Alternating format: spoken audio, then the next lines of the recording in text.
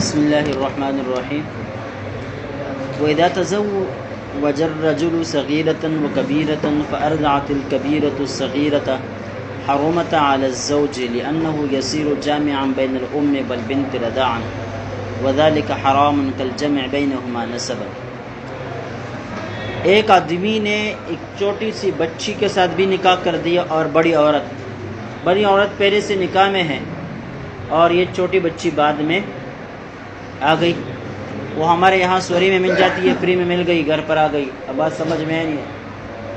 ارضعت الکبیرۃ الصغیرۃ، اب بڑی نے چھوٹی کو دودھ پلایا. وہ چھوٹی سی بچی ہے، اب کیا ہے، بڑی کو چھوٹی کے اوپر رحم آ گیا اور اس کو دودھ پلایا. حرمت علی الزوج، تو شوہر سے جان چھوٹ گئی، اس کی بھی اور اس کی بھی. لأنه يصير جامعا بين الأم والبنت رضاعا، اس لیے کہ یہ جمع کرنے والا بن گیا ماں اور بیٹی کے درمیان. یہ ماں اور بیٹی رضائی ماں بیٹی ہیں. وذلك حرام كالجمع بينهما نسبا، تو جس طرح نسبی ماں بیٹی کو ایک نکاح کے اندر جمع کرنا حرام ہے، اس طرح رضائی ماں بیٹی کو آپس میں جمع کرنا، یعنی ایک آدمی کے نکاح میں ان دونوں کا ہونا حرام ہے. یہ طریقہ ہے. اگر کوئی عورت کسی سے جان چھڑانا چاہے تو اس کا کیا طریقہ کار ہے؟ اس کی کیا کرے؟ اس کی بیوی کو دودھ پلایا. بات سمجھ میں ثم ان لم يدخل بالكبيرة فلا مہر لها، پھر دیکھنا یہ ہوگا کہ اس آدمی نے اس کبیرہ کے ساتھ دخول کیا ہے یا نہیں. اگر نہیں کیا ہے تو اس کو مہر بھی نہیں ملے گا. لأن الفرقة جاءت من قبلها قبل الدخول بها، اس لیے کہ جدائی یہ عورت کی طرف سے آئی ہے قبل الدخول بها، دخول سے بھی پہلے. مطلب یہ شوہر نے کچھ دیکھا بھی نہیں ابھی تک، لہذا مہر کیسے ادا کر لے. وللصغیرۃ نصف المہر، جبکہ صغیرہ کو نصف مہر ملے گا. لأن الفرقة وقعت لا من جهتها، اس لیے کہ یہاں جدائی تو آ گئی ہے لیکن اس میں بچی کا کوئی عمل دخل نہیں. والارتضاع وان كان فعلا منها، اب تم کہو گے کہ بھائی یہ جو پستان چوسے کس نے چوسے ہیں؟ بچی نے چوسے ہیں، تو اس کا تو کردار ہے. تو بتاتے ہیں والارتضاع وان كان فعلا منها، یہ دودھ پینا اگرچہ اس بچی کا عمل اور فعل ہے، لیکن فعلها غیر معتبر فی اسقاط حقها، لیکن وہ بچی ہونے کے ناطے اس کا عمل، اس کا کردار، اس کا فعل جو ہے اس کے حق کو ساقط کرنے میں معتبر نہیں ہے. کما اذا قتلت موردها، جس طرح کہ اگر یہ چھوٹی سی بچی اپنے مورث کو قتل کرے گی یا چھوٹا سا بچہ اپنے مورث کو قتل کر دیں تو اس وجہ سے وہ میراث سے محروم نہیں ہوتا. تو یہاں یہ بھی مہر سے محروم نہیں ہوگی. وَيَرْجِعُ بِهِ الزَّوْجُ عَلَى الْكَبِيرَةِ إِنْ كَانَتْ تَعَمَّدَتْ بِهِ الْفَسَادَ، اب جب نصف مہر شوہر نے اس چھوٹی بچی کو دے دیا تو اس کی وصولی کس سے کرے گا؟ کہتے وَيَرْجِعُ بِهِ الزَّوْجُ عَلَى الْكَبِيرَةِ، یہ جو نصف مہر اس نے چھوٹی بیوی کو ادا کر دیا ہے اس کے لیے بڑی پر رجوع کرے گا. ان كانت تعمدت به الفساد، اگر اس نے قصد اور ارادی ہی سے اس کو دودھ پلایا ہو کہ اس کو دودھ پلا دیتی ہوں، اس کے بھی جان چھوٹ جائے گی اور میری بھی جان چھوٹ جائے گی. تو جان تو چھڑوا دی، لیکن اب کیا ہے، نصف مہر جو اس بچی کو ادا کر دیا گیا ہے اس کی وصولی اس عورت سے کی جائے گی.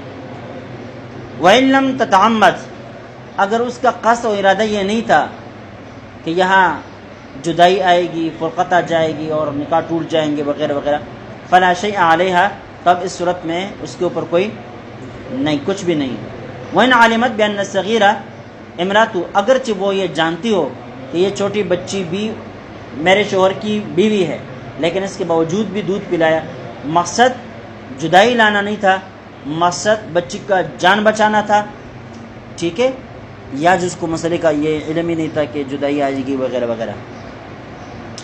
وعن محمد انه يرجع في الوجهين، امام محمد رحمہ اللہ فرماتے ہیں کہ دونوں صورتوں میں وہ بڑی عورت سے وصول کرے گا. والصحیح ظاہر الروایہ، لیکن صحیح ظاہر الروایہ ہی ہے. لأنها وإن أكرت ما كان على شرف السقوط، اگرچہ وہ چیز اس نے مضبوط کر دی جو علی شرف السقوط تھا، جو کیا تھا؟ شرف السقوط، یعنی جو اس مقام پر تھا کہ ہو سکتا ہے کہ ساقط ہو جائے. مثال کے طور پر نصف المہر، نصف مہر ہے، ہو سکتا تھا کہ نصف مہر ساقط ہو جاتا. مثال کے طور پر یہ بچی بڑی ہو کر معاف کر دیتی، ٹھیک ہے، اس کے دودھ پلانے کی وجہ سے وہ نصف مہر شوہر کے اوپر معقد ہو گیا، لازم ہو گیا، اب اس کے ساقط ہونے کا کوئی احتمال باقی نہیں رہا. وذالک یجری مجری الاتلاف، اور اس قسم کی چیزیں طلب کرنے کی جگہ پر چلتی ہے، یعنی ایسا سمجھا جاتا ہے جیسے کہ اس نے کیا کر دیا؟ طلب کر دیا. لیکنہا مسببۃ فیہ، لیکن یہ جو عورت ہے اس میں یہ سبب بنی ہوئی ہے. کیوں؟ اما لان الارضاع لیس بافساد النکاح وضعا، کہ دودھ پلانا یہ نکاح کو فاسد کرنے کے لیے وضع نہیں ہوا، نکاح کو فاسد کرنے کے لیے یہ وضع نہیں ہوا. وانما يثبت ذلك باتفاق الحال، یہاں اتفاقی طور پر اس طرح معاملہ پیش آیا کہ اس نے دودھ پلایا اور ان دونوں کے درمیان، بیوی کے درمیان جدائی ہو گئی. او لان فساد النکاح لیس بسبب لالزام المہر، دوسری بات یہ ہے یا یہ کہا جا سکتا ہے کہ نکاح کا فاسد ہونا یہ مہر کو لازم کرنے کا سبب نہیں ہے، بل ہوا سبب لسقوطہ، بلکہ یہ تو مہر ساقط کرنے کا سبب ہے. کیوں؟ لأن ما يفوت به المبدل يفوت به البدل، جس چیز کے ذریعے سے مبدل فوت ہو جاتی ہے اس سے بدل بھی فوت ہو جاتی ہے. یا مبدل عورت کا جسم، ٹھیک ہے، وہ فوت ہو گیا تو اس کا جو بدل ہے وہ بھی کیا ہو گیا؟ فوت ہو گیا. الا ان نصف المہر یجب بطریق المتعۃ، البتہ یہ جو نصف مہر دیا جاتا ہے تو یہ نصف مہر بطریقہ متع کے دے دیا جاتا ہے. مطلب یہ ہے کہ گویا کہ یہ متع ہے علامہ عرف، جیسے کہ پہلے گزر چکا ہے. لیکن من شرط ابطال النکاح، لیکن یہ متع ہو یا نصف مہر ہو، اب اس کو متع قرار دے دے یا نصف مہر قرار دے دے، یا نصف مہر کو آپ متع کا قائم مقام بنا دے، کچھ بھی کر لیں. کہتے ہیں لیکن من شرط ابطال النکاح، شرط یہ ہے کہ نکاح پہلے باطل ہو جائے، اس کے بعد یا تو نصف مہر لازم آتا ہے یا متع لازم آتا ہے. سمجھ گئے؟ وَإِذَا كَانَتْ مُسَبِّبَةً يَشْتَرِطُ فِيهِ التَّعَدِّي كَحَفْرِ الْبِئْرِ، جب یہ مسببہ ہوگی تو یشترط فیہا التعدی، تو اس میں لازم ہے کہ تعدی ہو. کیا ہو؟ تعدی ہو، قصد ارادہ پایا جائے. کحفر البئر، جیسے کہ کنواں کھودنے کا مسئلہ ہے. ایک شخص اپنے ہی زمین میں کنواں کھودتا ہے اور کوئی آ کے اس میں گر جاتا ہے تو اس کا تاوان کنواں کھودنے والے کے اوپر نہیں ہوتا.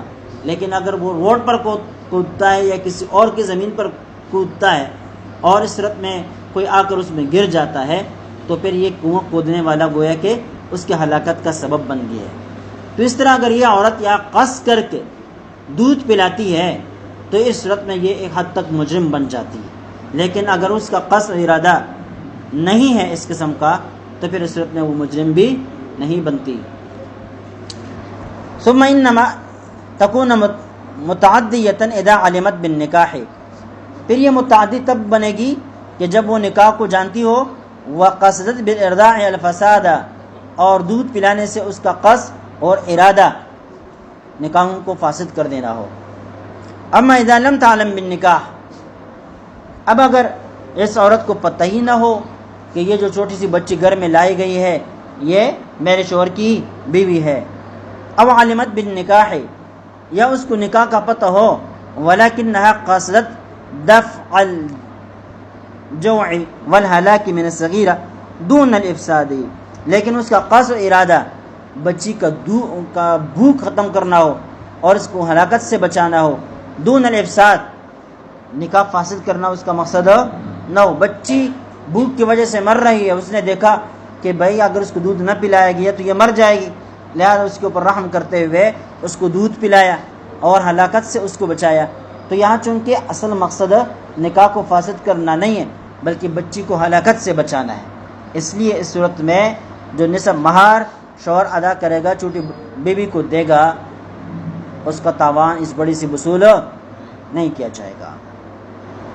لِأَنَّهَا مَأْمُورَةٌ بِذَلِكَ، اس لیے کہ بڑی تو اس پر مأمور ہے کہ کسی انسان کو آپ ہلاک ہوتے ہوئے دیکھیں تو اس کی عزت بچانے، اس کی جان بچانا دوسرے مسلمان کی ذمہ داری بنتی ہے، دوسرے انسان کی ذمہ داری بنتی ہے۔ تو بڑی نے چھوٹی کو دیکھا کہ وہ بھوک کی وجہ سے مر رہی ہے تو اس کا جان بچانا تو اس کی ذمہ داری تھی، اس لیے اس نے دودھ پلایا، لہذا اس کے اوپر کوئی الزام نہیں آتا۔ وَلَوْ عَلِمَتْ بِالنِّكَاحِ وَلَمْ تَعْلَمْ بِالْفَسَادِ لَا تَكُونَ مُتَعَدِّيَةً أَيْضًا، اگر وہ نکاح کا پتہ ہو اس کو لیکن اس کو یہ پتہ نہ ہو کہ میرے دودھ پلانے کی وجہ سے نکاح ٹوٹ جائے گا، نکاح کا تو پتہ ہے لیکن یہ پتہ نہیں کہ میرے دودھ پلانے کی وجہ سے نکاح ٹوٹ جائے گا، فساد آ جائے گا، لا تکون متعدیۃ ایضا، ایسی صورت میں بھی یہ عورت متعدی نہیں ہوگی، یعنی ظالم قرار نہیں پائے گی، سمجھ گئے؟ اس کا یہ جرم متعدی نہیں ہوگا، اس کا یہ جرم متعدی نہیں ہوگا۔ وَهَذَا مِنَّا اعْتِبَارُ الْجَهْلِ لِدَفْعِ قَصْدِ الْفَسَادِ لَا لِدَفْعِ الْحُكْمِ۔ اب ایک سوال کا جواب ہے، دیکھیے اس کو نکاح کا پتہ لیکن یہ پتہ نہیں کہ دودھ پلانے کی وجہ سے نکاح فاسد ہو جائے گا، تو یہ تو جہل ہے نا۔ تو احکام شریعت کے بارے میں جہل عذر نہیں ہے، احکام شریعت کے بارے میں جہل عذر نہیں ہے، جیسے کہ پہلے گزر چکا۔ ایک شخص کہتا ہے میں نماز نہیں پڑھ رہا تھا اس لیے کہ مجھے پتہ نہیں تھا کہ نماز فرض ہے، جو پاکستان کا رہائشی ہو اور پھر کہے کہ مجھے نماز کی فرضیت کا پتہ نہیں، یہ کوئی جرم مرم نہیں ہے، سمجھ گئے؟ یہ عذر مذر نہیں ہے، مطلب یہ کہ اس کو کیا، اس کو سزا دی جائے گی، سمجھ گئے؟ تو یہاں پر جہل کا اعتبار کیسے کر دیا، جہل کا اعتبار کیسے کر دیا؟ تو اس کا جواب دے رہے ہیں، لدفع قصد الفساد، ہم نے فساد کی قصد کو ختم کرنے میں اس جہل کا اعتبار کیا ہے، لا لدفع الحکم، حکم کو دفع کرنے کے لیے اس جہل کا اعتبار نہیں کیا ہے۔ دیکھیں دونوں چیزیں الگ الگ ہیں، اگر ہم اس جہل کا اعتبار نہ کریں، ایک تو کیا ہو جائے گا، فساد لازم آئے گا، وہ تو آ ہی گیا ہے، دوسرا اس عورت کے اوپر مہر لازم ہو جائے گا، نصف مہر، جو شوہر کی جگہ پر یہ بچی کو ادا کرے گی، ٹھیک ہے۔ اگر ہم اس جہل کا اعتبار کر دیں تو ہم اس بارے میں عورت کے ساتھ اتفاق کریں گے کہ اس کا ارادہ نکاح کو فاسد کرنے کا نہیں تھا، نکاح کو فاسد کرنے کا ارادہ اس کا نہیں تھا، یہاں تک ہم اس کو مان جائیں گے، یہاں تک اس کو مان جائیں گے۔ جب یہاں تک ہم نے مان لیا تو آگے نصف مہر سے یہ خود بخود اس کی جان چھوٹ جائے گی، کیونکہ جب اس کا ارادہ فسادی نکاح فاسد نہیں تھا تو یہ مجرم نہیں ہے، جب مجرم نہیں ہے تو نصف مہر بھی اس سے وصول پھر نہیں کیا جا سکتا۔ تو بہرحال حکم کا دفعیہ یہ نتیجے کے طور پر آتا ہے کہ جب ہم قصد فساد میں جہل کو معتبر سمجھے، کس کو سمجھے؟ جہل فساد میں ہم دفع فساد میں ہم جہل کو معتبر سمجھے تو دفع حکم میں اس کا ماننا اور اس کو تسلیم کرنا نتیجتاً خود بخود ثابت ہو جاتا ہے، نتیجتاً خود بخود ثابت ہو جاتا ہے۔ بہرحال وَلَا يُقْبَلُ فِي الرَّضَاعِ شَهَادَةُ النِّسَاءِ مُنْفَرِدَاتٍ، وہ ہمارے ایک استاد تھے، انہوں نے اس قسم کی شادی کی تھی، رات ایک لڑکی کو لے کر آئے اور جو ہے نا تقریباً رات کے 11 بجے 1 بجے 2 بجے کا وقت تھا، پھر جو ہے ساتھ رہے، صبح سویرے اب سارے لوگ سوئے ہوئے ہیں، یہ نکل گئے، چلے گئے گھر سے، پورے تقریباً 10-15 دن تک رات کے اندھیرے میں جب سارے سوئے ہوئے وہ آتے تھے اور صبح اندھیرے میں نکل جاتے تھے۔ کہتے پھر باپ کو انتظار کرنا پڑا کہ بھئی یہ لڑکی آئی ہے کب سے گھر میں بیٹھی ہوئی ہے اور یہ جو ہے نا رات کو اتنے دیر سے آتا ہے اور صبح سویرے چلا جاتا ہے، پھر فیصلہ تو کر دیں یہ کون؟ تو پھر کیا ہے، انتظار کیا، وہ رات کو آ گئے، پکڑ لیا کہ بھئی کیسے آ رہے ہو تو انہیں بتایا یہ میں نے نکاح کر دیا ہے، دوسری شادی کی تھی۔ یہ میری بیوی ہے، لیکن تمہیں بتا نہیں سکا تو اس وجہ سے کیا ہے، رات کے 1 بجے آتا ہے اور صبح سویرے سویرے پھر نکل جاتے تھے۔ بہرحال تو کبھی کبھی ایسا بھی ہوتا ہے۔ ولا يقبل في الرضاع شهادة النساء منفردات، رضا میں عورتوں کی گواہی قابل قبول نہیں ہے، صرف عورت گواہی دے کہ فلاں نے فلاں کو دودھ پلایا ہے، اس کا اعتبار نہیں کیا جائے گا۔ وإنما يثبت بشهادة رجلين أو رجل بامرأتين، بلکہ یہ بھی عام باتوں کی طرح، عام مسائل کی طرح 2 مردوں کی گواہوں سے یا 1 مرد اور 2 عورتوں کی گواہی سے ثابت ہوگا، ویسے رضاعت ثابت نہیں ہوگی۔ ورنہ اگر عورتوں کی باتیں تسلیم کی جائے تو وہ جس کسی بھی ضد کرتی ہے اور کیا ہے انتقام لیتی ہے تو ڈائریکٹ کہے گی کہ میں نے تو فلاں کو دودھ پلایا ہے، فوراً ان کے درمیان کیا آ جائے گی، فرقت اور جدائی آ جائے گی۔ لہذا اس بارے میں عورتوں کی گواہی کو صرف قبول نہیں کیا گیا ہے۔ وقال مالک، امام مالک فرماتے ہیں یثبت بشہادۃ امرأۃ واحدہ، ایک عورت بھی گواہی دے دے بس کافی ہے، اذا کان موصوفۃ بالعدالہ، بشرط کہ وہ عورت عادل ہو، نیک عورت ہو، اور وہ یہ ایک ہی عورت ہے، وہ کہہ دے کہ میں نے فلاں کو دودھ پلایا ہے یا فلاں نے فلاں کو دودھ پلایا ہے، گواہی دے دے کافی ہو جائے گا۔ لأن حرمت حق من حقوق الشرع، اس لیے کہ حرمت بھی شریعت کے حقوق میں سے ایک حق ہے۔ فیثبت بخبر الواحد، لہذا خبر واحد کے ذریعے سے یہ ثابت ہوگا۔